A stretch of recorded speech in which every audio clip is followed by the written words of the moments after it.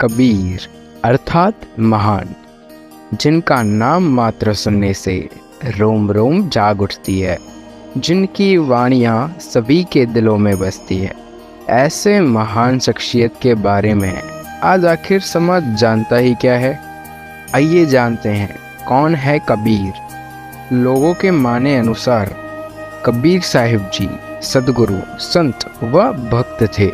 वे वैष्णव पंथ को मानने वाले थे और दूसरी ओर कबीर पंथी कहते हैं कि कबीर साहिब भगवान हैं जो अवगत से चले आए हैं। कबीर परमेश्वर जी की प्रकट होने की लीला कबीर साहिब जी काशी नगर के लहर तारा नामक तालाब के एक कमल के फूल पर नीरू और नीमा नामक के जुलाहों को मिले थे। वाणी कबीर परमेश्वर जी की। कबीर ना मेरा जन्म ना गर्भ बसेरा, बालक बन दिखलाया, काशी नगर जल कमल पर डेरा, तहाँ जुलाहे ने पाया। परमेश्वर कबीर जी साफ साफ इस वाणी के माध्यम से बताते हैं, ना मेरा जन्म न गर्भ बसेरा, यानी मेरा जन्म माता से नहीं होता, मैं गर्भ में रहने वाला मनुष्य नहीं। बालक बन दिखलाया, काशी नगर जल कमल पर डेरा। काशी नगर के जल कमल पे बालक के रूप में उन्होंने लीला की, तहाँ जुलाहे ने पाया, वहाँ जुलाहों ने उनको पाया।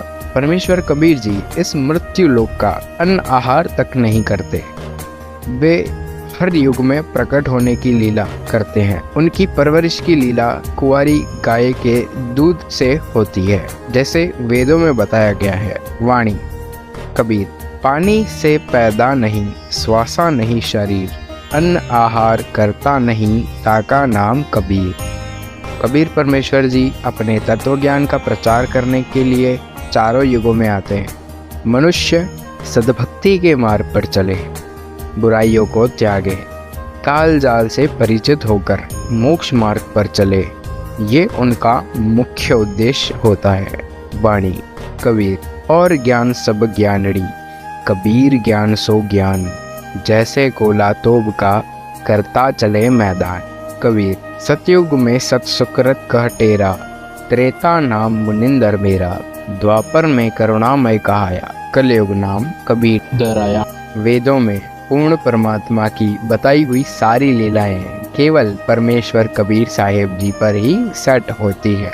कबीर हम ही अलग अल्लाह है, कुतुब गोस और पीर, गरीब दास खालिक दनी, हमरा नाम कबीर। और आज के समय में वही ज्ञान, वही सतभक्ति विधि संत रामपाल जी महाराज जी समाज के आगे उजागर कर रहे हैं। और आपसे हमारा विनम्र निवेदन है, सर्वप्रथम आप संत रामपाल जी महाराज जी के ज्ञान को समझें और उनसे नाम दीक्षा प्राप्त करके अपना आत्म कल्याण करवाएं।